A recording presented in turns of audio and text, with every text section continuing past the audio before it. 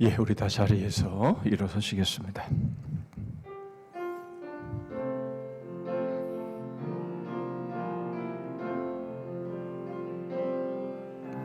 주님과 함께하는 이 고요한 시간, 주님의 보좌 앞에 내 마음을 쏟네.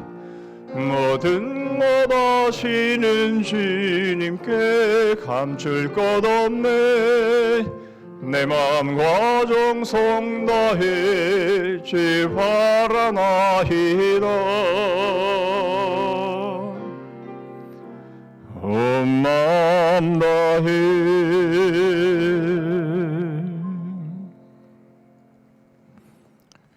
히스기야가 기도하여 이르되, 여호와여, 아수르 여러 왕이 과연 여러 민족과 그들의 땅을 황폐하게 하고 또 그들의 신들을 불에 던져 싸우니 이는 그들이 신이 아니요 사람의 손으로 만든 것 곧 나무와 돌뿐이므로 멸하였나이다.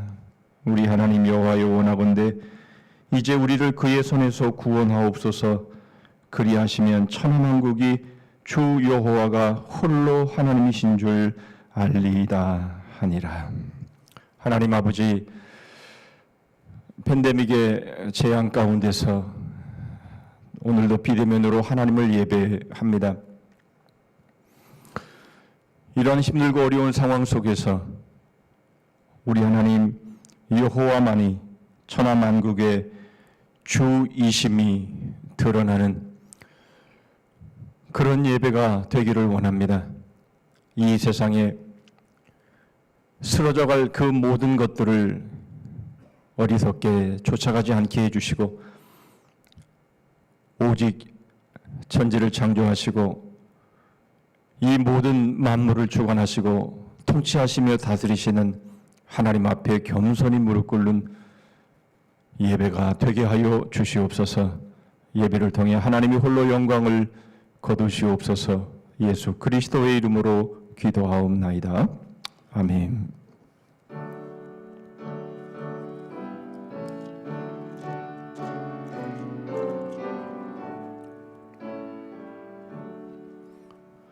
만유의 주제 존귀하신 예수, 사람이 되신 하나님,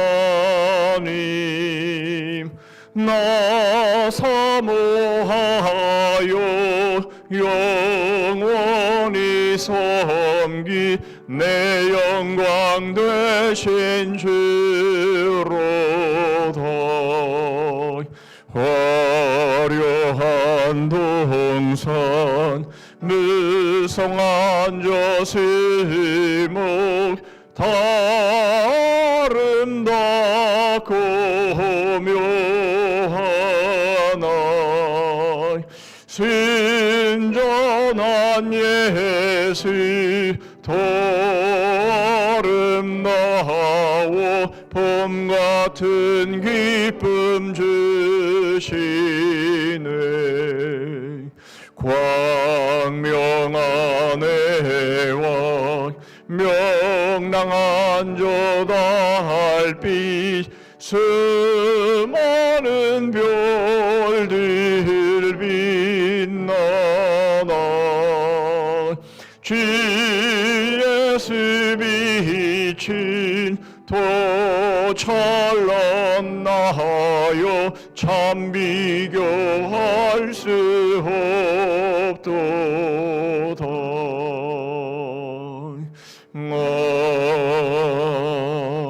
아멘. 교동문 38번 시편 92편을 교독하십니다. 지존자여, 시편금과 비파와 수금으로 여호와께 감사하며 주의 이름을 찬양하고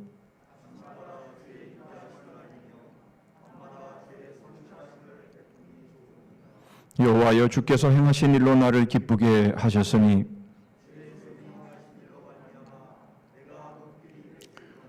이는 종려나무같이 번성하며 레바논의 백향목같이 성장하리로다.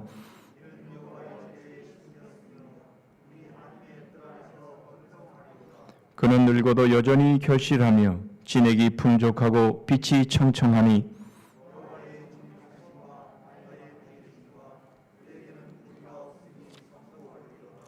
아멘. 전능하사 천지를 만드신 하나님 아버지를 내가 믿사오며 그 외아들 우리 주 예수 그리스도를 믿사오니 이는 성령으로 잉태하사 동정녀 마리아에게 나시고 본디오 빌라도에게 고난을 받으사 십자가에 못 박혀 죽으시고 장사한 지 사흘 만에 죽은 자 가운데서 다시 살아나시며 하늘에 오르사 전능하신 하나님 우편에 앉아 계시다가 저리로서 산자와 죽은 자를 심판으로 오시리라. 성령을 믿사오며 거룩한 공예와 성도가 서로 교통하는 것과 죄를 사하여 주시는 것과 몸이 다시 사는 것과 영원히 사는 것을 믿사옵나이다. 아멘.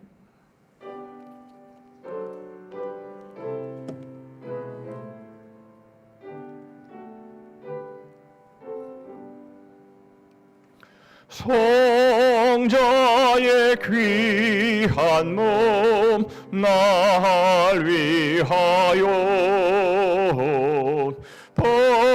버리신 그 사랑 고마워라. 내 머리 숙여서 주님께 비는 말 나무어 주님께 바치리까. 지금도 날 위해 간구하심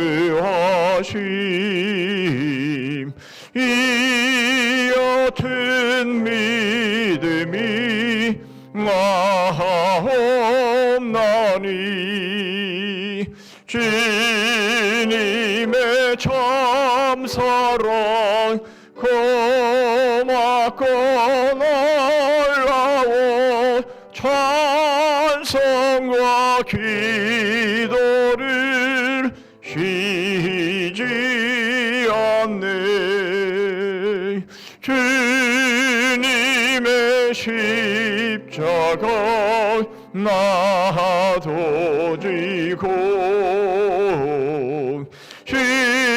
신실한 믿음과 마음으로 형제의 사랑과 친절한 위로를 네게나 베풀게 하옵소서. 만 가지 은혜를 받았으니 내 평생 슬프나 즐거우나 이 몸을 온전히 주님께 바쳐서 주님만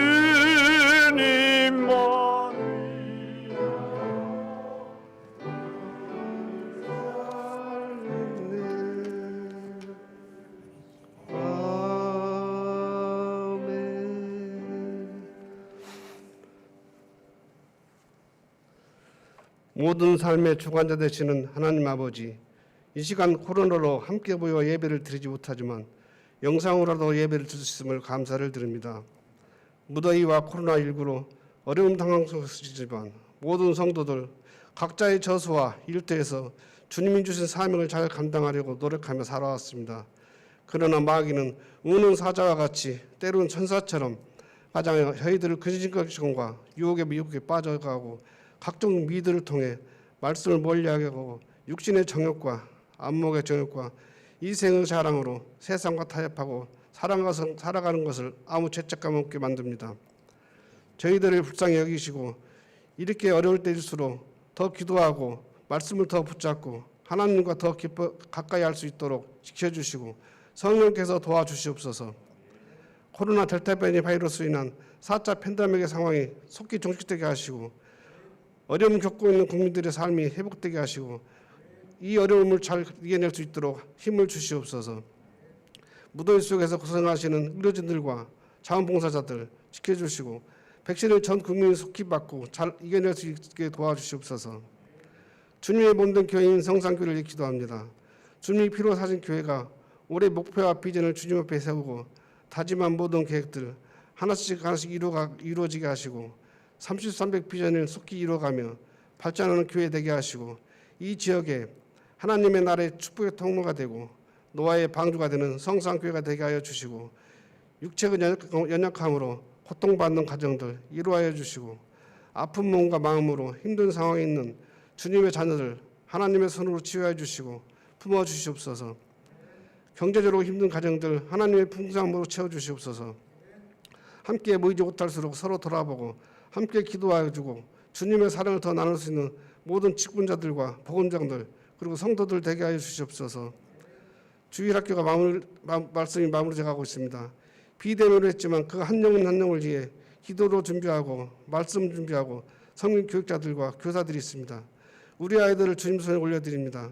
말씀을 놓지 않고 가정 예배를 드리며 세워져 가는 다음 세대의 아이들이 되게 하여 주시옵소서. 영화부터 성령부까지 아이들의 목소리와 찬양 소리가 울려 퍼지는 그날이 빨리 오기를 기도합니다. 온 세계 열방을 향하여 복음을 전하신 모든 선교사님들 기억하시고 그 사역 가운데 하나님의 성령의 능력과 죄를 더하여 주시고 모든 우봉성 선교사님의 비자 문제와 유열린 선교사님 건강 회복, 아동 시장 부부 선교사들의 가정을 지켜주시고 물질로 건강으로 어려움 겪지 않게 하시고 모든 상황과 환경을 지켜주시옵소서.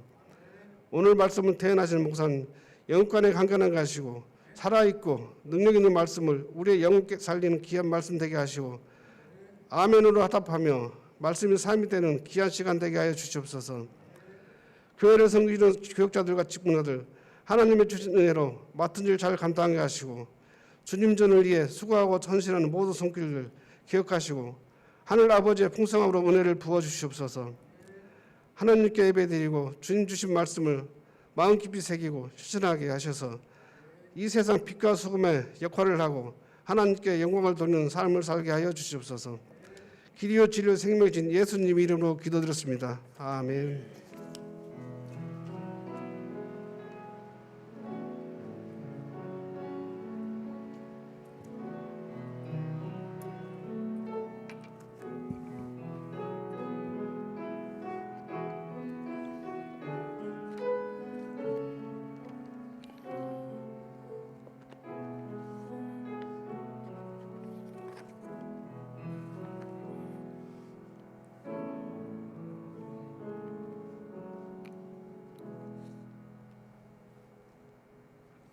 이 시간 우리에게 주시는 하나님의 말씀은 구약성경 이사야 59장입니다. 이사야 59장 1절 말씀부터 마지막 절 21절 말씀까지입니다. 제가 가진 구약성경으로 1039쪽 부분에 있습니다. 이사야 59장 1절부터 21절 말씀까지 제가 봉독하겠습니다. 여호와의 손이 짧아 구원하지 못하심도 아니요 귀가 둔하여 듣지 못하심도 아니라 오직 너희 죄악이 너희와 너희 하나님 사이를 갈라놓았고 너희 죄가 그의 얼굴을 가리어서 너희에게서 듣지 않으시게 함이니라. 이는 너희 손이 피해 너희 손가락이 죄악에 더러워졌으며 너희 입술은 거짓을 말하며 너희 혀는 악독을 내밀어 공의대로 소송하는 자도 없고 진실하게 판결하는 자도 없으며 허망한 것을 의뢰하며 거짓을 말하며 악행을 잉태하여 죄악을 낳으며 독사의 알을 품으며 거미줄을 짜나니 그 알을 먹는 자는 죽을 것이요 그 알이 밟힌즉 터져서 독사가 나올 것이니라. 그 짠 것으로는 옷을 이룰 수 없을 것이요 그 행위로는 자기를 가릴 수 없을 것이며 그 행위는 죄악의 행위라 그 손에는 포악한 행동이 있으며 그 발은 행악하기에 빠르고 무죄한 피를 흘리기에 신속하며 그 생각은 악한 생각이라 황폐와 파멸이 그 길에 있으며 그들은 평강의 길을 알지 못하며 그들이 행하는 곳에는 정의가 없으며 굽은 길을 스스로 만드나니 무릇 이 길을 밟는 자는 평강을 알지 못하느니라. 그러므로 정의가 우리에게서 멀고 공의가 우리에게 미치지 못한즉 우리가 빛을 바라나 어둠뿐이요 밝은 것을 바라나 캄캄한 가운데에 행함으로 우리가 맹인같이 담을 더듬으며 눈 없는 자같이 두루 더듬으며 낮에도 황혼 때같이 넘어지니 우리는 강장한 자 중에서도 죽은 자 같은지라. 우리가 곰같이 부르짖으며 비둘기같이 슬피 울며 정의를 바라나 없고 구원을 바라나 우리에게서 멀도다. 이는 우리의 허물이 주의 앞에 심히 많으며 우리의 죄가 우리를 쳐서 증언하오니 이는 우리의 허물이 우리와 함께 있음이니라. 우리의 죄악을 우리가 아나이다. 우리가 여호와를 배반하고 속였으며 우리 하나님을 따르는 데에서 돌이켜 포악과 패역을 말하며 거짓말을 마음에 잉태하여 나으니 정의가 뒤로 물리침이 되고 공의가 멀리 섰으며 성실이 거리에 엎드러지고 정직이 나타나지 못하는도다. 성실이 없으므로 악을 떠나는 자가 탈취를 당하는도다. 여호와께서 이를 살피시고 그 정의가 없는 것을 기뻐하지 아니하시고 사람이 없음을 보시며 중재자가 없음을 이상히 여기셨으므로 자기 팔로 스스로 구원을 베푸시며 자기의 공의를 스스로 의지하사 공의를 갑옷으로 삼으시며 구원을 자기의 머리에 써서 투구로 삼으시며 보복을 속옷으로 삼으시며 열심을 입어 겉옷으로 삼으시고 그들의 행위대로 갚으시되 그 원수에게 분노하시며 그 원수에게 보응하시며 선들에게 보복하실 것이라. 서쪽에서 여호와의 이름을 두려워하겠고 해돋는 쪽에서 그의 영광을 두려워할 것은 여호와께서 그 그 기운에 몰려 급히 흐르는 강물같이 오실 것이미로다. 여호와의 말씀이니라. 구속자가 시온에 임하며 야곱의 자손 가운데에서 죄과를 떠나는 자에게 임하리라. 여호와께서 이르시되 내가 그들과 세운 나의 언약이 이러하니 곧 내 위에 있는 나의 영과 내 입에 둔 나의 말이 이제부터 영원하도록 내 입에서와 내 후손의 입에서와 내 후손의 후손의 입에서 떠나지 아니하리라 하시니라. 여호와의 말씀이니라. 아멘.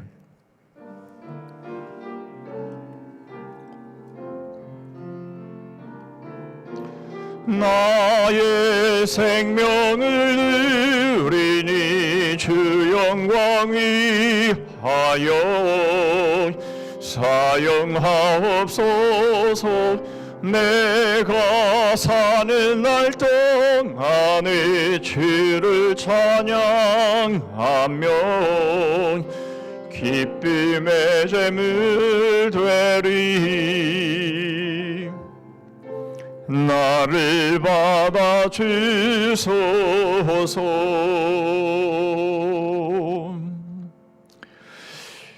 하나님 아버지, 저희들의 생명을 주께 드립니다. 저희들의 시간을 주님께 드립니다. 저희들의 물질을 주님께 드립니다. 저희의 모든 것을 주님께 드립니다. 그럼에도 불구하고 하나님이 저희에게 베푸신 은혜와 사랑에는 결코 미치지 못함을 저희들이 압니다. 지금까지 베풀어 주신 주의 은혜와 주님의 그 사랑에 감사하며 이 시간 저희 마음을 물질에 담아 하나님 앞에 올리오니 거두시옵소서. 모든 것이 하나님의 것이며 하나님의 것으로 저희들에게 맡겨주셨음을 고백하여 수입의 11조를 드립니다.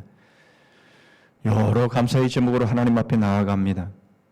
이 중에는 눈물의 탄식의 기도로 그리고 감사함으로 하나님 앞에 나아가는 심령들이 있습니다.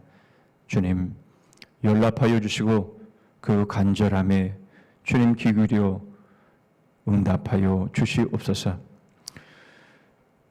교회에 맡겨주신 사명과 비전 감당하기로 소원하여 작정한 것 주님 앞에 드립니다. 교회 안팎으로 소외되고 가난한 이들을 위해서 주님 맡겨주신 것 함께 나누기를 소원하여 주님의 손에 맡겨드리오니 주님 사용하셔서 기쁨의 제물 되게 하여 주시옵소서. 지난 한 주간도 주의 몸된 교회를 위해서 수고의 땀, 기도의 눈물, 희생의 피 흘린 섬김들을 받아옵시고 이 힘겹고 어려운 순간 이 모든 상황 속에서도 끝까지 주의 몸된 교회를 섬기며 복음을 섬기며 주의 나라를 섬기며 하나님의 영광을 위해 살아가는 귀한 심령들 되게 하여 주시옵소서. 주시는 말씀을 통해 위로가 되게 하여 주시고 도전과 감동이 되게 하시고 저희들의 삶이 오직 예수 그리스도를 닮아가게 하여 주시옵소서. 예수 그리스도의 이름으로 기도하옵나이다. 아멘. 여자 배구 올림픽 예선에서 황당한 승부가 있었습니다. 심판의 석연찮은 판정으로 태국이 다 잡았던 승리를 홈팀 일본에 내주고 눈물을 펑펑 흘렸습니다. 하성룡 기자입니다. 태국은 5세트에 12대 8까지 앞서 승리가 유력했습니다. 이때부터 이상한 일이 벌어집니다. 태국 감독이 뭔가 항의하는 듯하자 주심이 옐로 카드에 이어 레드 카드를 꺼냈고 일본이 한 점을 거저 얻었습니다. 이번 대회는 비디오 판독과 선수 교체 요청을 태블릿 PC로 하도록 했는데 태국 쪽 PC가 고장난 점을 얘기했는데 주심은 경기 지연으로 판단한 겁니다. 이후 흐름을 뺏긴 태국은 13대 12로 역전을 허용한 뒤 또 한 번 황당한 일을 겪었습니다. 이번에는 선수 교체 과정에서 심판진이 정확한 설명 없이 일본에 또 한 점을 줬고 태국은 망연자실했습니다. Oh my goodness, that is extraordinary. I told you I hoped that it would be lost on sportsmanship or the problems around it. 석연찮은 판정 속에 역전패한 태국 선수들은 억울함에 눈물을 펑펑 쏟았습니다. 대회 전부터 경기 시간과 대진을 유리하게 편성해 빈축을 사고 있는 일본은 승리도 찜찜하게 챙기더니 눈물까지 흘리며 기뻐했습니다. 도쿄올림픽이 오늘로 폐막을 하지요. 1년 연기에 말도 많고 탈도 많았던 올림픽이 이제 폐막을 하게 되는데 참으로 팬데믹의 상황 속에서 이루어진 올림픽이라 많은 사람들의 기억에 오래 남을 것 같습니다. 누구나 자국의 유익을 추구하는 것은 할 겁니다. 그러나 올림픽을 이용해서 자신들의 목적을 성취하려는 모습은 참으로 역겹다 못해 참 악하다라는 생각을 가지게 하지요.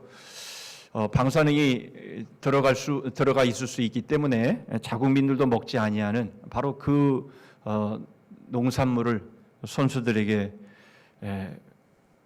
제공하는 바로 그러한 일들은 참으로 이해할 수 없는 일이 아닐 수가 없지요. 손님을 청하는데 설사 거기에 그 음식에 방사능이 없다 할지라도 그러나 그러한 이야기들이 있게 된다면 손님을 청해 놓고 어떻게 그러한 음식을 대접하면서 바로 그것이 바른 자세라고 말할 수 있겠는가 하는 것입니다. 그렇지만 어쨌든 선수들은 최선을 다했고 감동의 순간들은 참 여기저기서 많이 연출이 되는 것은 또한 사실일 겁니다. 그러나 그런 와중에도 편파 판정은 여기저기서 많이 나왔습니다. 오늘 보신 동영상은 올림픽 경기는 아니고 올림픽 예선 경기인데 바로 편파 판정으로 인해서 일어나는 바로 그런 일들의 한 예를 소개해 드린 겁니다. 우리나라의 선수들이 많은 편파 판정으로 인해서 어려움을 당했지만 그러나 그런 동영상을 보여드리면 또 팔이 안으로 굽는다라는 또 그런 생각을 할 수 있기 때문에 다른 나라 경기를 보여드렸습니다. 여러분들이 보신 이 동영상의 주심이 바로 지난번 우리 브라질과 우리 한국 여자 배구 대표팀이 경기를 했을 때에 바로 그 주심이기도 했는데요. 여러 가지 논란들이 있는 것 같기는 합니다만은 아무튼 간에 주심은 어떤 상황이든지 심판은 어떤 상황이든지 경기에 관여해서 그 흐름을 바꾸는 일을 해서는 결코 안 되는 것이죠. 여러분 물론 오심은 있을 수 있습니다. 사람이기 때문에. 그러나 편파 판정은 다른 것이죠. 선수들이 자신들의 일생을 준비하면서 그렇게 임한 경기가 심판 한 사람에 의해서 그 삶이 바뀌어버린다면 그 모든 수고와 땀이 순간적으로 허사가 되어버린다면 그것처럼 부당하고 잘못된 일은 없는 것이죠. 그런데 이런 일은 운동 경기에서만 아니라 인생 전반에 걸쳐서 일어나게 되는 것이죠. 오늘 우리는 이것에 대해서 좀 생각해 보려고 합니다. 조정래 씨가 쓴 10권으로 된 장편소설 한강을 지난주까지 다 읽었습니다. 참 이 소설을 읽으면서 참 가난했던 시절들, 그때를 다시 한번 떠올려 보면서 참 아픈 추억에 젖어 보기도 했습니다. 그런데 그 소설을 읽으면서 가장 안타까웠던 것 중에 하나는 시대마다 부정과 비리가 판을 쳤고 나름 의롭게 살려고 했던 사람들이 너무 많은 고생 속에서 인생을 살았고 인생을 마쳤다라는 것입니다. 가장 정의로워야 할 법원이 가장 불의한 선고를 내릴 뿐만 아니라 바로 그 다음날 사형을 집행하는 그러한 참으로 있을 수 없는 일들이 우리의 역사 가운데 있었음을 보게 됩니다. 물론 위협과 협박 속에서 어쩔 수 없는 상황이기에 판사도 그런 결정을 내릴 수밖에 없었겠지만, 그러나 이유 여하를 막론하고 이런 말도 안 되고 일어나서는 안 되는 일들, 이러한 일들이 동서고금을 막론하고 일어나고 있고 앞으로도 계속 일어날 것입니다. 여러분, 이것이 바로 우리가 사는 편파 판정의 인생인 것이죠. 오늘 본문은 인생 어디에나 편파 판정이 있을 수밖에 없음을 드러내고 있습니다. 오늘 본문의 말씀을 통해서 우리는 편파 판정의 이유를 살펴볼 겁니다. 그리고는 편파 판정을 어떻게 극복할 수 있는지, 그리고 이 편파 판정의 결과는 어떤 것인지를 살펴보겠습니다. 먼저 편파 판정의 이유를 4절의 말씀을 통해서 보시죠. 공의대로 소송하는 자도 없고 진실하게 판결하는 자도 없으며 허망한 것을 의뢰하며 거짓을 말하며 악행을 잉태하여 죄악을 낳으며. 여러분, 말씀드린 것처럼 가장 공의로워야 할 곳은 법원입니다. 왜냐하면 법원은 공의를 다루고 정의를 다루는 곳이기 때문입니다. 여러분, 대한민국 헌법 11조 모든 사람은 법 앞에 평등하다, 이렇게 적혀 있죠. 여러분, 이것이 헌법이고 이것이 헌법 11조에 있었는지 우리는 잘 모를 수도 있지만, 그러나 모든 사람이 법 앞에 평등하다, 이것만큼은 모르는 사람이 어디에 있겠습니까? 그렇지만 그것이 헌법이고 모든 사람들이 그것을 잘 알고 있는 구절이지만 이것처럼 안 지켜지는 구절도 또 있겠는가 하는 생각을 해보게 됩니다. 오늘 말씀은 하나님을 신실하게 잘 섬겼던 선민이라고 자타가 인정하는 이스라엘에 대한 말씀입니다. 오늘 보면 바로 직전에 보면 이사야 58장에는 그들이 행하는, 하나님을 섬기기 위해서 행하는 그 금식의 문제들을 다루고 있음을 보게 됩니다. 그들이 하는 금식에 무엇이 문제가 있었는지를 지적을 하시면서 제대로 된 금식을 하면 하나님께서 함께 해 주실 것이다 라는 말씀을 하는 내용이 소개가 되고 있습니다. 여러분, 그러나 중요한 것은 이거죠. 그들이 하나님을 섬기기 위해서 금식도 마다하지 않았다라는 것입니다. 이것은 하나님을 믿지 않는 사람들에게는 생각할 수 없는 일이죠. 물론 때로는 금식 투쟁을 하는 사람들도 있기는 하지만 그것은 자신의 뜻을 관철시키기 위함이지 이스라엘이 하는 금식처럼 하나님을 섬기겠다고 하는 그런 금식이 아니라는 것이죠. 여러분, 그런데 이렇게 하나님을 위해서 금식까지 하는 바로 이러한 선민이라고 자처하는 이러한 사람들, 바로 이러한 사람들조차도 모든 사람은 법 앞에 평등하다라고 하는 이 정의를 지키지 못했다라는 겁니다. 다시 말하면 편파 판정이 행해지고 있는 바로 그 모습을 4절은 지적하고 있는 것이죠. 물론 하나님을 믿는 사람들이 정의를 지키지 않았다고 해서 하나님을 믿지 않는 사람들이 정의를 지키지 못한다라고는 말할 수는 없을 것입니다. 그러나 그럴 가능성은 크지 않죠. 그런 의미에서 이스라엘이 정의를 지키지 않은 것의 의미는 클 수밖에 없습니다. 그것은 바로 모든 사람들이 법 앞에 평등하다라고 하는 바로 이 모습을 지킬 수 없다라는 것이죠. 그러면 왜 편파 판정은 일어나는가 하는 이유를 우리는 3절을 통해서 보겠습니다. 이는 너희 손이 피해 너희 손가락이 죄악에 더러워졌으며 너희 입술은 거짓을 말하며 너희 혀는 악독을 내밀어. 손에는 피가, 손가락에는 죄악이, 입술은 거짓을, 혀는 악독을 냅니다. 7절도 보시면 그 발은 행악하기에 빠르고 무지한 피를 흘리기에 신속하며 그 생각은 악한 생각이라 황폐와 파멸이 그 길에 있으며, 여러분 발도 무지한 피를 흘리는데 신속하다. 그런데 무엇보다 중요한 것은 그 생각인데 그 악한 생각이 그 모든 악을 행하는 주범이구나라는 것을 우리는 알 수 있습니다. 여러분 우리는 계속해서 이 눈의 문제들에 대해서 생각을 해 보았죠.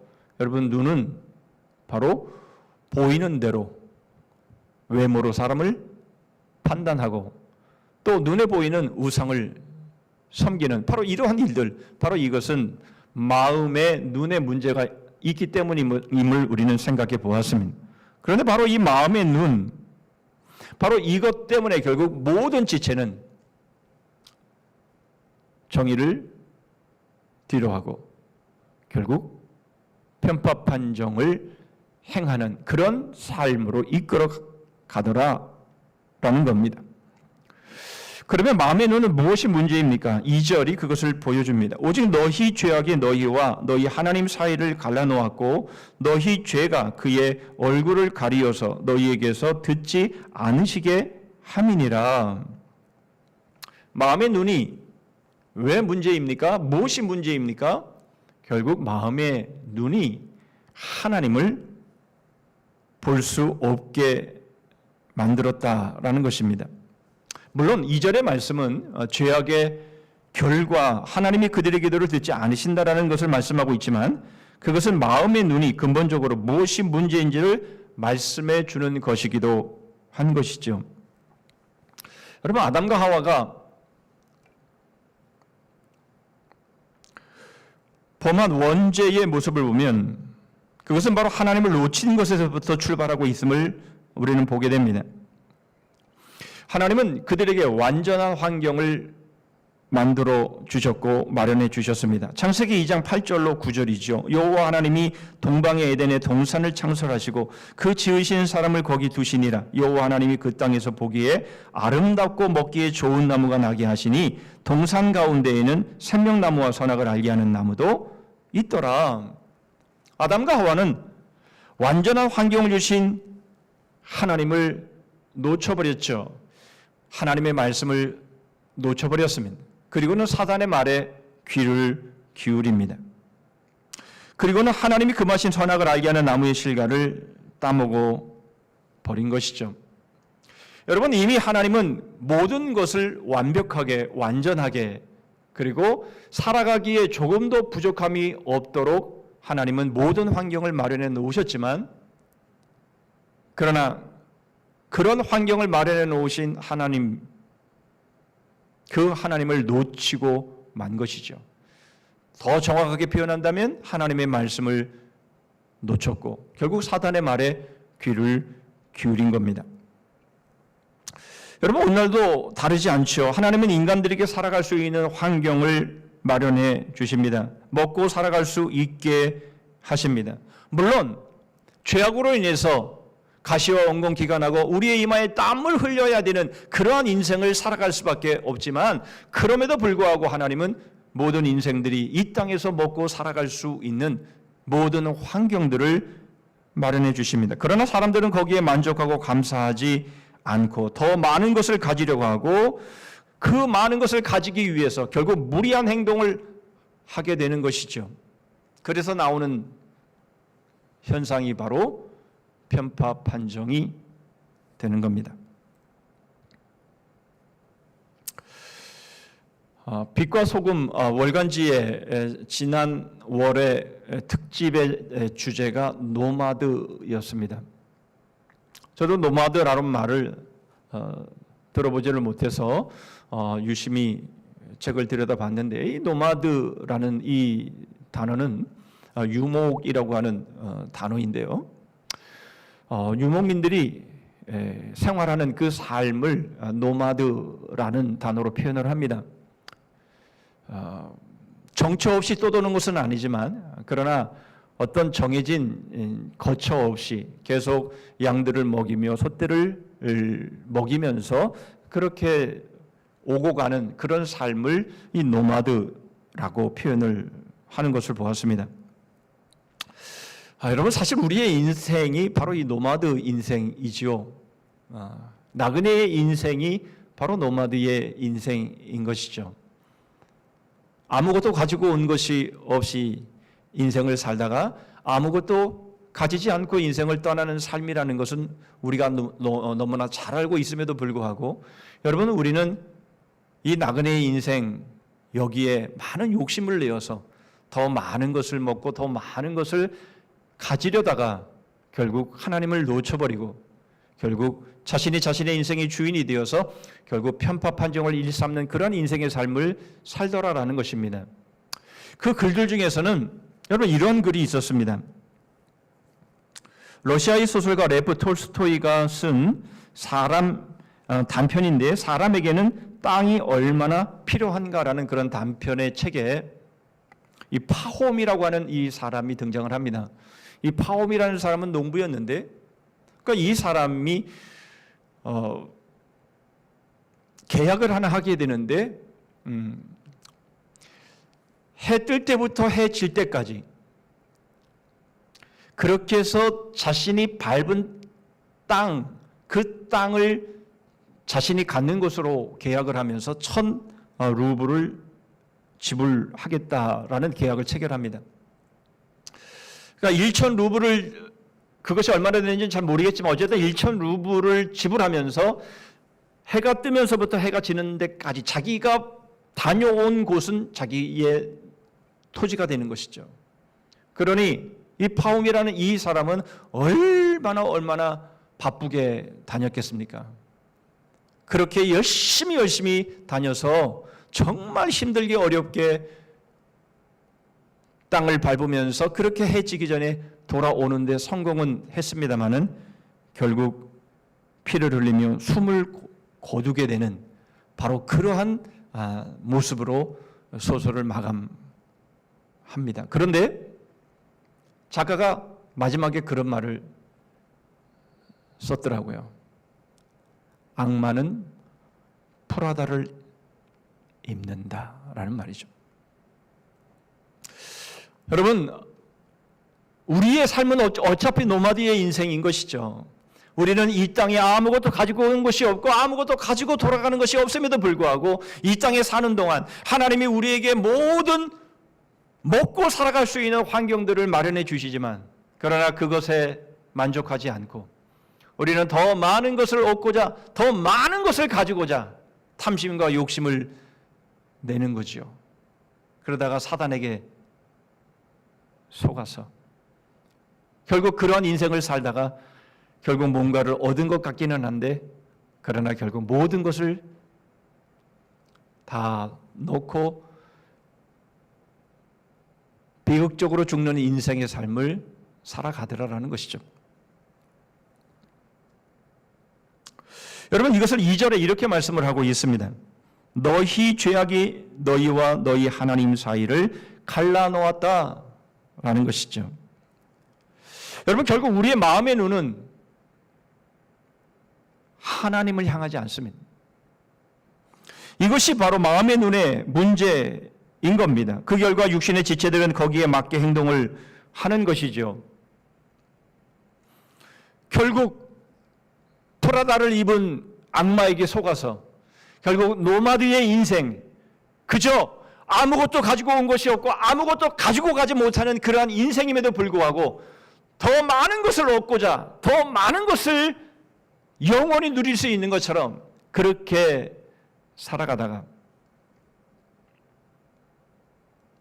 결국 편파 판정의 그 삶을 살아가게 되더라라는 겁니다.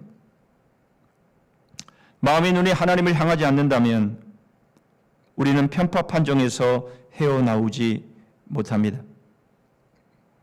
하나님이 그 마음이 없으면 편파 판정을 극복할 수 없습니다. 왜 그렇습니까?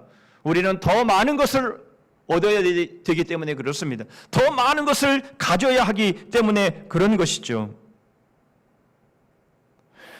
우리의 마음의 눈이 하나님을 향하지 않는다면 결국 모든 사람들은 자신의 이익과 자신의 목적 앞에 자신의 양심을 지켜나갈 수 없기 때문입니다.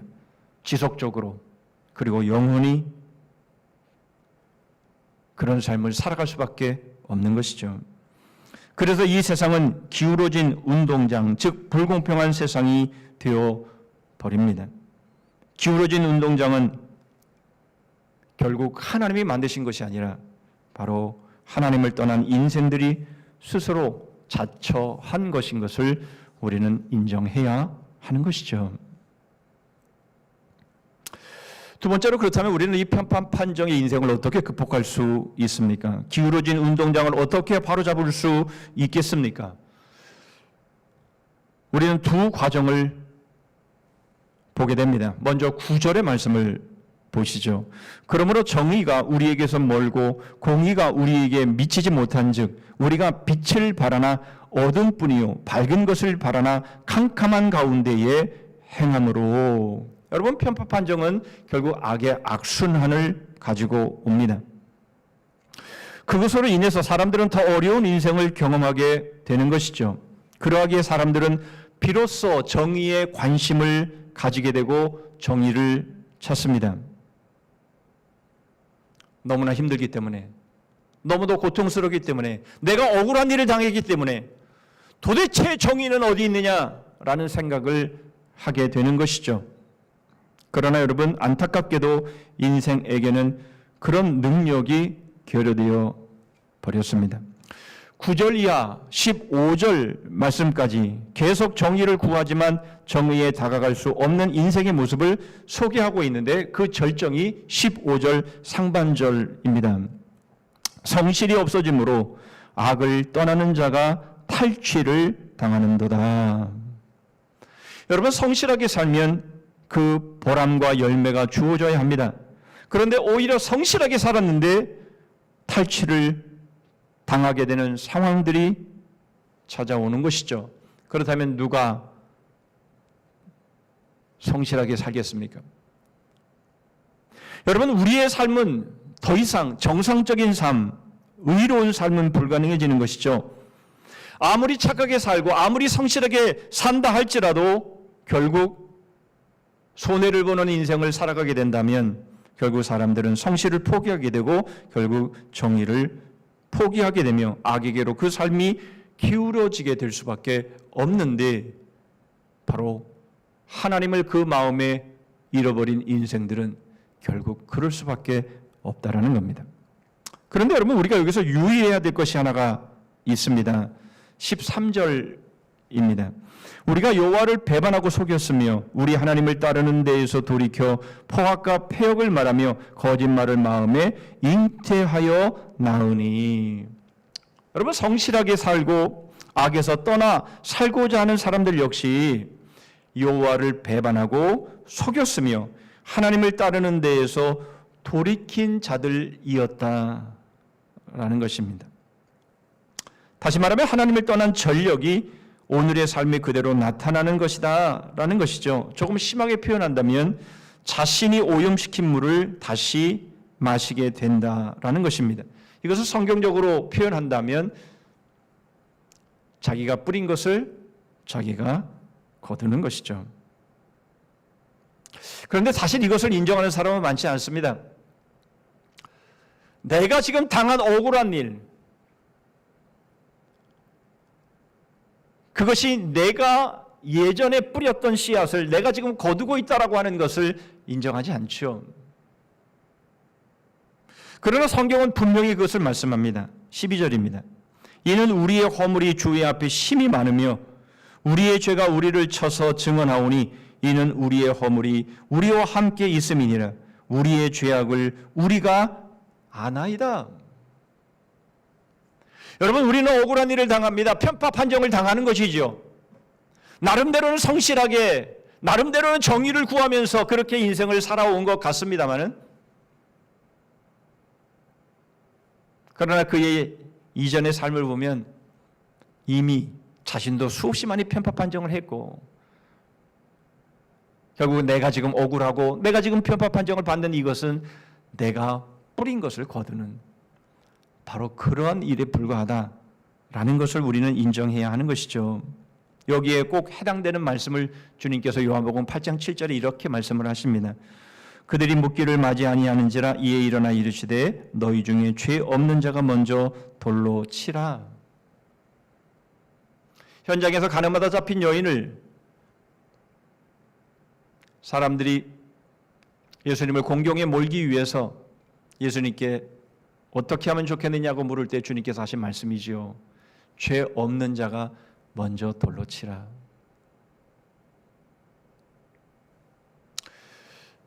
여러분, 결국 우리는 편파 판정을 당하고 우리는 억울한 일을 당하죠. 나는 나 나름대로 성실하게 살아왔다라고 우리는 생각합니다. 그러나 우리는 이 주님의 말씀 앞에 서야 합니다. 죄 없는 자가 먼저 돌로 치라. 그렇지 않다라는 거죠. 우리도 이미 그 앞서 편파 판정의 전력들이 있는 사람들이라는 것, 여러분, 우리는 그것을 잊지 말아야 합니다. 그러나 여러분, 우리는 거기서 머물르면 안 되지요. 그 편파 판정이 얼마나 억울한 것인가 하는 것들을 우리는 절실히 알아야 되는 것이죠. 아, 그랬겠구나. 아, 내가 그때 내가 했던 그 편파 판정 때문에 그 편파 판정을 받은 사람들이 얼마나 힘들었고 얼마나 억울했는지, 아, 내가 이제야 내가 당해보니까 내가 알겠구나. 여러분, 절실하게 우리는 이것을 깨닫고 이제는 정의를 구해야 되는 것이죠. 이런 편파 판정의 인생에서 여러분, 우리는 구원을 부르짖어야 하는 것이죠. 여러분, 이것은 간절할수록 좋은 겁니다.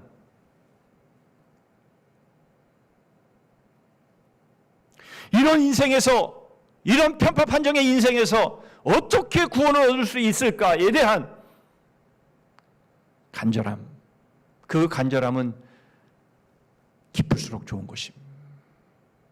뭐 그럴 수도 있지. 뭐 저럴 수도 있지.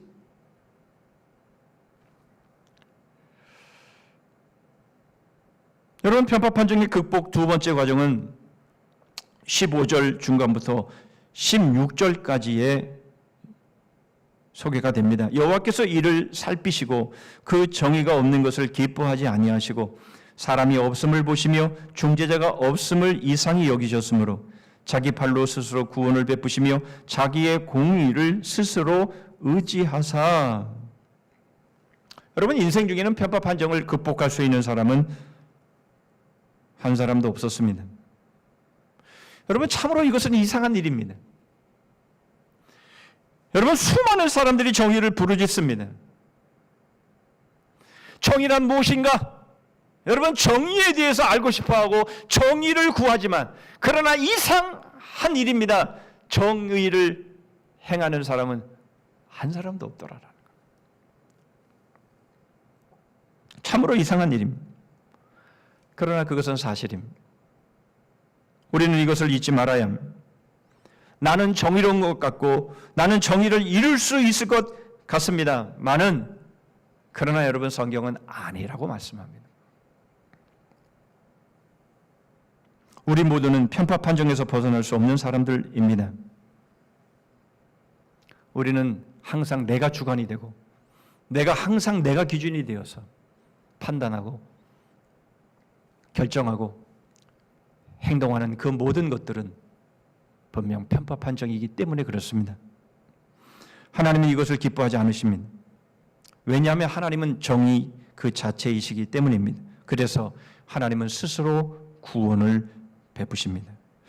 여러분, 하나님께서 스스로 구원을 베푸신다라는 이 말씀은 100% 하나님의 전적인 은혜며 하나님으로부터만이 바로 이 편파 판정의 세계, 이런 인생, 이러한 불의한 삶 가운데서 구원하실 수 있는 분은 오직 하나님 한 분이심을 우리에게 말씀하고 있는 것이죠.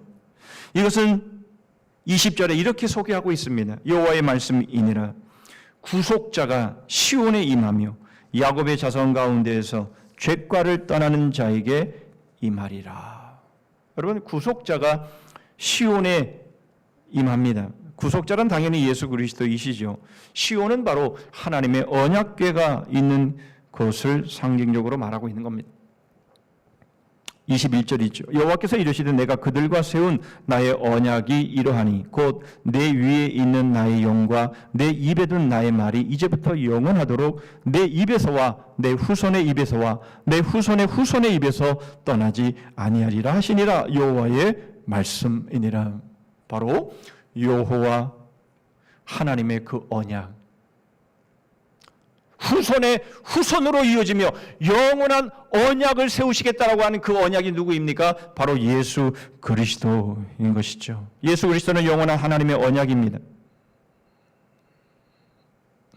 예수 그리스도는 하나님의 말씀을 놓치고 하나님에게서 돌아서게 하는 마음의 눈을 하나님의 말씀으로 돌이키게 하시는 하나님의 언약임을 우리에게 말씀하고 있는 것이죠. 여러분, 우리의 마음의 눈은 하나님을 놓치기 십상입니다. 여러분, 우리의 마음의 눈은 우리의 육체의 지체를 통해서 수단과 방법을 가리지 아니하고 나의 유리함을 추구하게 만듭니다. 여러분, 그러므로 우리는 하나님의 영원한 언약이신, 우리를 구원하시기 위해 시온에 보내신 바로 예수 그리스도, 바로 예수 그리스도를 우리의 마음에 둘 때야 비로소 우리는 하나님을 회복할 수 있고, 우리는 하나님을 바라보며 이제 정의의 하나님 앞에서 우리는 이런 불의한 이 인생의 삶 가운데 우리가 구원함을 받게 되고, 이제 더 이상 내 위주의 인생의 삶을 살지 않을 수 있게 되어지는 편파 판정의 인생을 극복하게 되어지는 바로 그 삶이 비로소 가능하게 된다는 겁니다.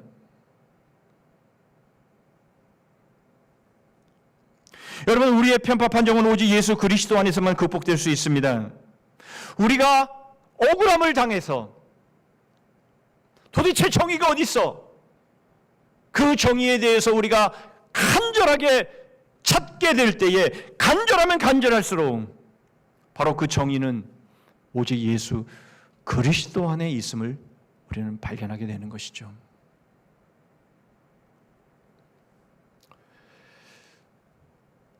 사랑하는 성도 여러분, 우리는 편파 판정의 명수들입니다. 우리는 그렇게 불의를 쉽게 저지르는 사람들입니다. 그러므로 여러분, 우리의 마음 가운데 예수 그리스도의 그 언약이 예수 그리스도가 우리의 마음에 순간 떠나게 된다면 우리는 또 사단의 말에 귀를 기울이게 될 겁니다. 그리고는 눈에 보이는 외모를 판단하게 되고 결국 눈에 보이는 우상을 쫓아가게 될 것입니다. 그리고 우리의 육신의 모든 지체들은 거기에 맞춰서 발맞추어 활동하게 될 겁니다. 예수 그리스도를 우리의 마음에 모셔야 합니다. 예수 그리스도를 우리는 한순간도 떠나게 해서는 안 됩니다. 우리가 예수 그리스도 안에 거하면서 바로 예수 그리스도로 생각하고 예수 그리스도로 숨을 쉬고 예수 그리스도로 말을 하고 예수 그리스도로 행동하는 바로 그 삶이 될 때에 그것이 정의입니다. 여러분, 바로 그것이 편파 판정을 극복할 수 있는 유일한 길임을 여러분, 우리는 잊어서는 안 됩니다. 그런데 여러분, 우리가 여기서 주목해 봐야 될 또 하나의 말씀이 있습니다. 바로 구속자가 임하는 자입니다. 20절 중간부터 보시면 구속자가 야곱의 자손 가운데에서 죄가를 떠나는 자에게 임하리라 그렇게 말씀하고 있습니다. 여러분, 구속자가 야곱의 자손 가운데에서 죄가를 떠나는 자에게 임하리라 이 말씀을 이렇게 다시 한번 설명할 수 있습니다. 예수 그리스도는 정의를 간절히 원하여 편파 판정을 극복하기를 원하는 자에게 임하신다라는 것이죠. 내가 죄인입니다. 내가 죄인 중에 첫 번째입니다. 나는 지금까지 편파 판정을 일삼아왔던 사람입니다.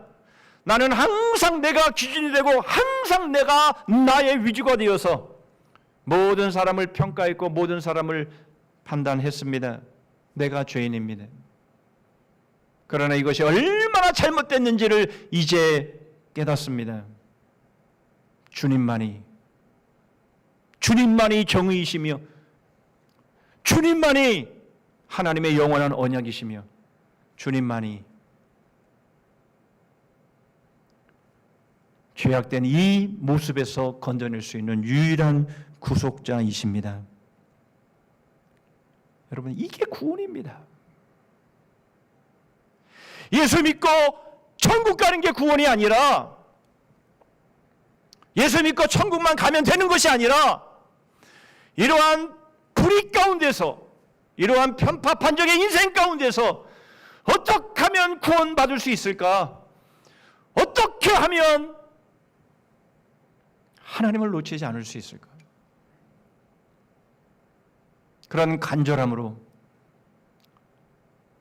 예수 그리스도를 바라보는 그 사람이 그리스도인이고 그 사람이 구원받는 사람입니다. 아, 나 예수 믿어. 천국은 믿음으로 가는 거야. 이제는 내가 어떻게 살아도 나는 천국 가.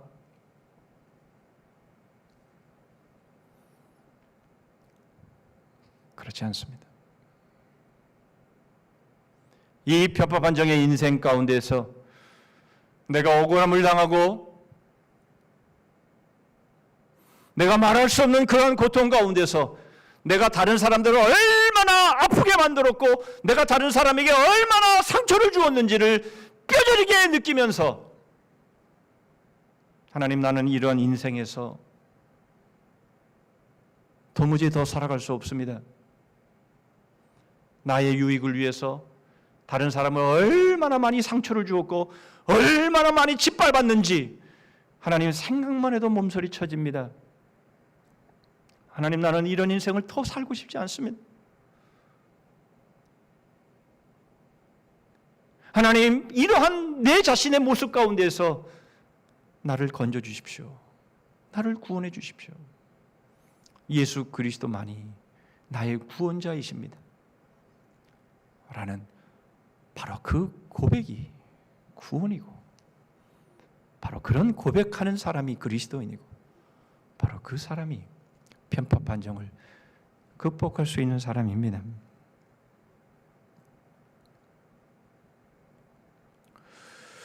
예수 그리스도를 믿으면서도 여전히 편파 판정을 하고 있고 그것에 문제의식을 느끼지 못하고 있다면 구원이 무엇인지 모르는 사람입니다.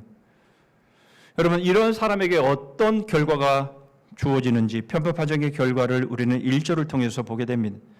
여호와의 손이 짧아 구원하지 못하심도 아니요 귀가 둔하여 듣지 못하심도 아니라. 여러분, 정의를 무시하고 계속해서 편파 판정의 삶을 사는 사람들은 여호와의 구원의 손을 경험할 수 없습니다. 또한 여호와의 구원의 응답을 기대할 수 없습니다. 왜냐하면 그들의 죄악이, 그들의 편파 판정이 갈수록 하나님을 더욱 멀리 있게 할 것이기 때문입니다. 그 결과는 두 가지로 나타납니다. 5절입니다. 독사의 알을 품으며 거미줄을 짜나니 그 알을 먹는 자는 죽을 것이요 그 알이 밟힌즉 터져서 독사가 나올 것이라. 자신들이 열심히 품고 있는 알이 독사의 알이라는 것을 알지 못하는 것이죠. 뿐만 아니라 자신들이 열심히 거미줄을 짜지만 그러나 자신이 거기에 걸릴 것이라는 것을 알지 못합니다. 6절입니다. 그 짠 것으로는 옷을 입을 수 없을 것이요 그 행위로는 자기를 가릴 수 없을 것이며 그 행위는 죄악의 행위라 그 손에는 포악한 행동이 있으며 자신들이 자신들의 유익을 위해서 편파 판정을 일삼으면서 그렇게 살아왔던 그 모든 자신의 삶의 그 모든 노력들이 물거품이 되어버릴 것이며 아무런 열매도 돌아오지 않게 될 것이다. 그 말씀을 하고 있는 것입니다. 그 최종 결과가 8절에 이렇게 소개되고 있습니다. 그들은 평강의 길을 알지 못하며 그들이 행하는 곳에는 정의가 없으며 굽은 길을 스스로 만드나니 무릇 이 길을 밟는 자는 평강을 알지 못하느니라. 그들에게는 평강이 없습니다. 편파 판정을 일삼으면서 자신의 유익을 구하며 바로 그것이 사는 인생의 전부라고 생각하는 사람들에게는 여러분 평강이 없습니다. 여러분 또 하나의 결과를 소개합니다. 18절입니다. 그들의 행위대로 갚으시되 그 원수에게 분노하시며 그 원수에게 보응하시며 섬들에게 보복하실 것이라. 자신들이 뿌린 대로 거두게 될 뿐만 아니라 하나님이 그들의 행위대로 갚으시겠다라고 말씀하는데 17절의 말씀을 보시면 공의를 갑옷으로 삼으시며 구원을 자기의 머리에 써서 투구로 삼으시며 보복을 속옷으로 삼으시며 열심을 입어 겉옷으로 삼으시고 하나님은 반드시 공의로 행한 대로 심판하시겠다라고 말씀하십니다. 그리고는 바로 그 심판은 모든 자에게 임할 것임을 19절에서 이렇게 말씀합니다. 서쪽에서 여호와의 이름을 두려워하겠고 해 돋는 쪽에서 그의 영광을 두려워할 것은 여호와께서 그 기운에 몰려 급히 흐르는 강물같이 오실 것임이로다. 주님은 이 성취를 마태복음 16장 27절에 이렇게 이루어질 것을 말씀하시죠. 인자가 아버지의 영광으로 그 천사들과 함께 오리니 그때에 각 사람이 행한 대로 갚으리라.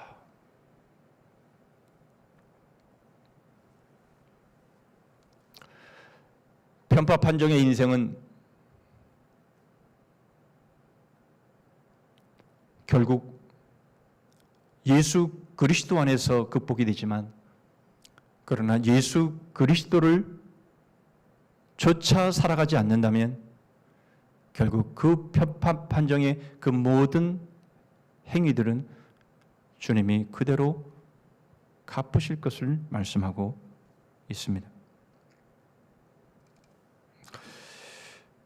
여러분 편파 판정으로 억울하시죠? 우리가 경기를 보면서 또는 우리가 우리의 인생의 삶을 살면서 억울한 일을 당할 때마다 정말 인생은 불공평하고 인생은 참 억울하고 기울어진 운동장이다라고 우리는 생각할지 모릅니다만은 그러나 여러분 바로 우리가 편파 판정의 당사자였음을 우리가 안다면 덜 억울할 겁니다. 그리고 우리는 절실하게 이것이 얼마나 잘못된 것인가를 우리가 깊이 있게 느껴야 하고 우리의 죄인됨을 고백하며 우리는 바로 이러한 삶에서 우리를 구원하실 예수 그리스도를 간절하게 절실하게 우리는 구하고 찾고 두드려야 하는 것이죠. 예수 그리스도 외에는 정의가 없습니다. 예수 그리스도 외에는 편파 판정을 극복할 수 있는 방법은 없습니다. 여러분 우리가 예수 그리스도를 놓치면 우리는 또다시 편파 판정의 주인공들이 될 것입니다. 사단은 우리에게 끊임없이 하나님의 말씀을 잃어버리게 만들고 그래서 우리는 우리의 눈에 보이는 대로 우리는 외모로 사람을 취할 것이며 또한 보이는 것들로 우상을 삼아서 우리의 인생을 편파 판정의 인생으로 다시 몰고 갈 것입니다. 오직 예수 그리스도 안에서 우리는 날마다 깨어 있어야 하며, 여러분, 우리의 생각도 예수 그리스도로, 우리의 말도 예수 그리스도로, 우리의 행동도 예수 그리스도로 이루어지게 할 때, 우리가 비로소 성령 충만할 때 편파 판정은 극복되어지며 우리의 삶 가운데 진정한 하나님이 원하시는 그 의로운 삶을 살게 될 것을 바라보시면서 예수 그리스도로 옷 입으시고 예수 그리스도로만 이 힘들고 어려운 이 상황들을 이겨나가시는 우리 모든 지체들 되시기를 주님의 이름으로 축복합니다. 아멘. 기도하겠습니다. 하나님 아버지, 편파 판정의 경기들을 보면서 저희의 인생 동안 얼마나 많은 편파 판정의 사건들로 충만해 있는지를 보게 하시고, 저희들이 억울한 일을 당할 때마다 저희들이 얼마나 다른 사람들을 억울하게 만들었는지를 돌아보게 하시고, 이제는 이런 불의하고 잘못된 편파 판정의 이런 인생 속에서 오직 예수 그리스도만이 저희를 구원하실 수 있음을 바라보아 주님, 한순간도 예수 그리스도를 떠나보내지 않고 예수 그리스도로 생각하고 예수 그리스도로 말하고 예수 그리스도로 행동할 수 있는 진정한 정의로운 그리스도인들이 되게 하여 주시옵소서. 예수 그리스도의 이름으로 기도하옵나이다. 아멘.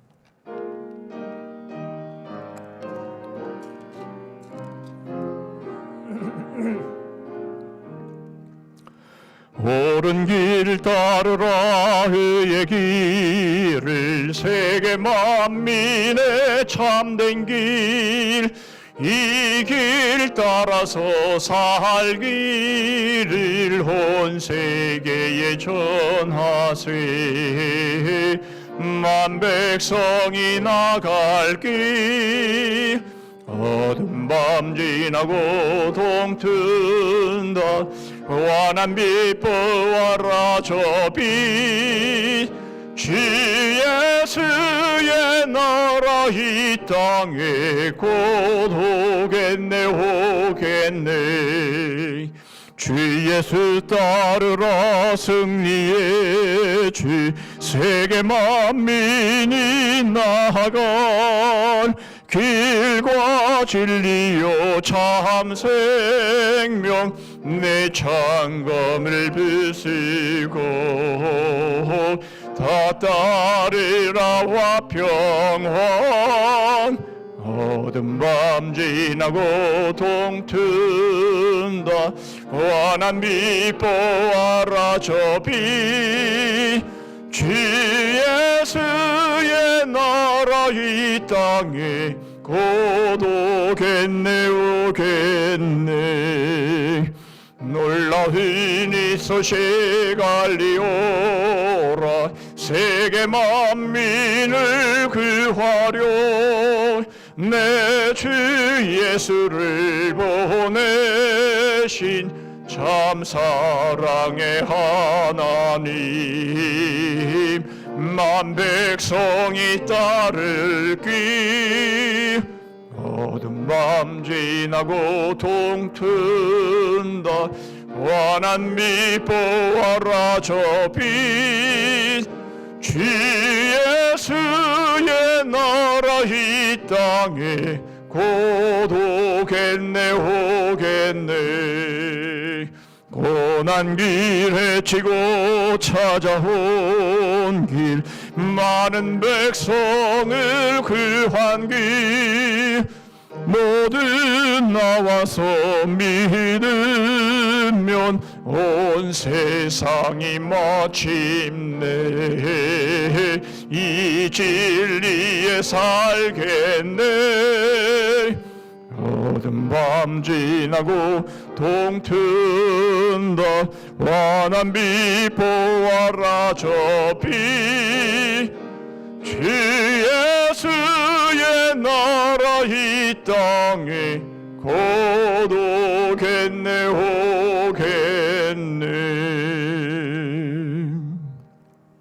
기도하십니다. 여호와께서 이를 살피시고 그 정의가 없는 것을 기뻐하지 아니하시고 여호와께서 이르시되 내가 그들과 세운 나의 언약이 이러하니 곧 내 위에 있는 나의 영과 내 입에 든 나의 말이 이제부터 영원하도록 내 입에서와 내 후손의 입에서와 내 후손의 후손의 입에서 떠나지 아니하리라 하시니라. 지금은 우리 구주 예수 그리스도의 은혜와 하나님 아버지의 다함이 없으신 사랑과 성령 하나님의 교통하심과 복주심과 끝까지 승리케 하심이 편파 판정의 이 인생의 이 억울함 가운데서 오직 예수 그리스도만이 그것을 극복하게 하실 수 있는 유일한 구원자이심을 바라며 이제는 생각하는 것, 말하는 것, 행동하는 것 오직 예수 그리스도로만 이루어지기를 소원하여 편파 판정의 인생에서 구원받기를 소원하며 다짐하는 머리 숙인 주의 심령들 위해 가정과 일터 위에 민족과 우리 성산교회 그리고 열방 위에 이제로부터 영원토록 함께 하실지어다. 아멘.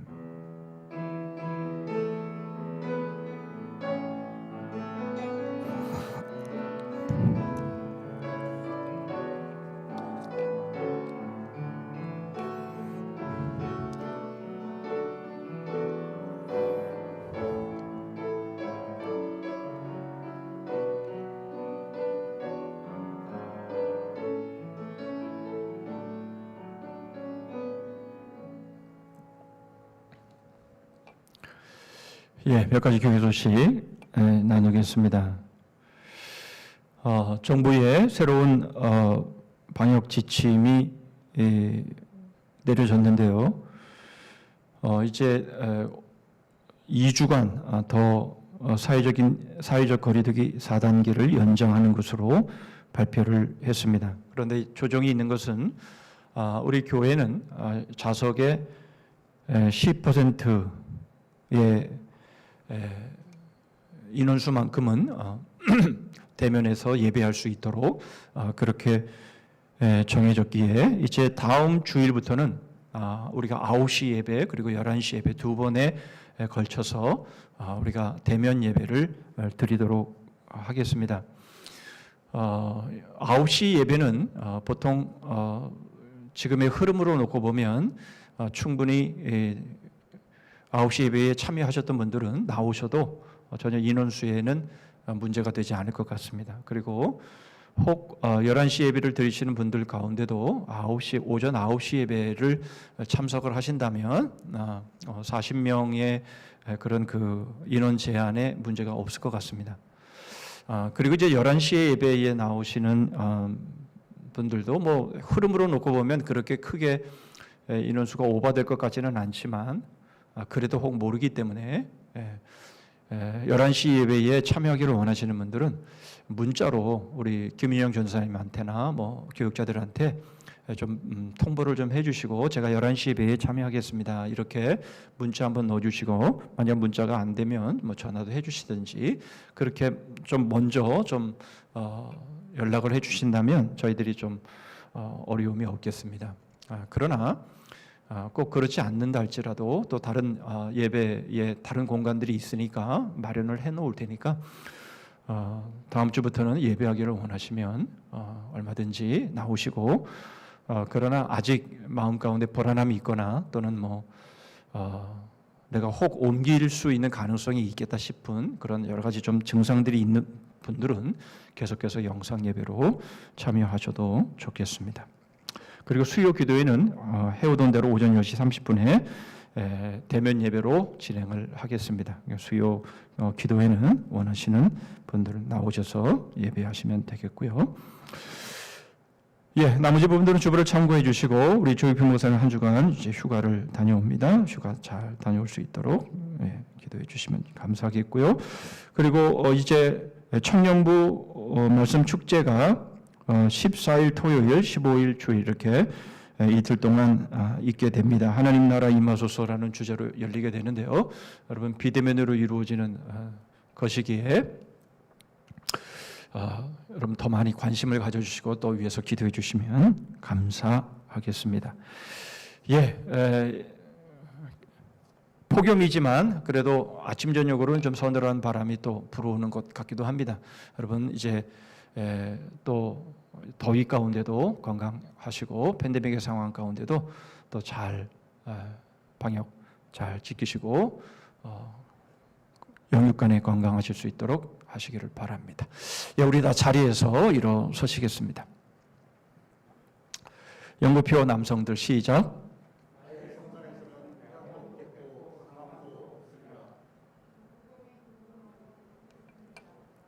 주 안에서 주를 찬송하겠습니다.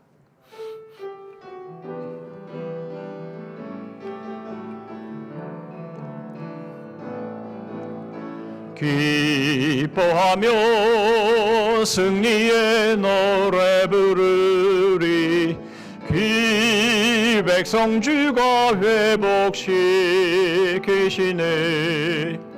그 사랑으로 억눌렸던 자모와 칭찬과 명성 얻게 하시네. 전심으로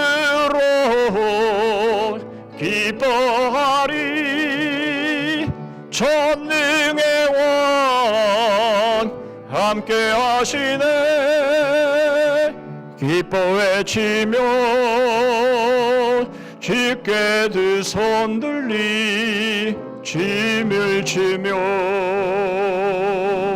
왕께 찬양해. 모든 원수를 멸하신 주님 전능의 왕 함께 하시네.